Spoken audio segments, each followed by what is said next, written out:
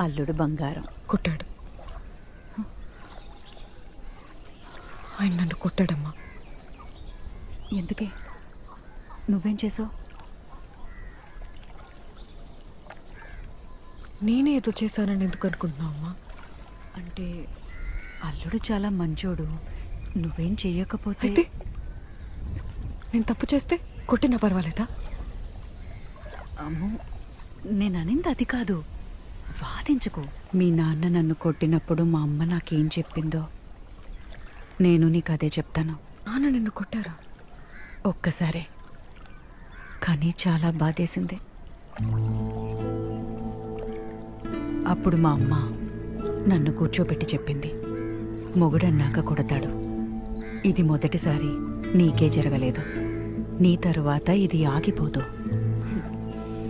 నీకిలా మళ్ళీ మళ్ళీ జరగచ్చు కూడా.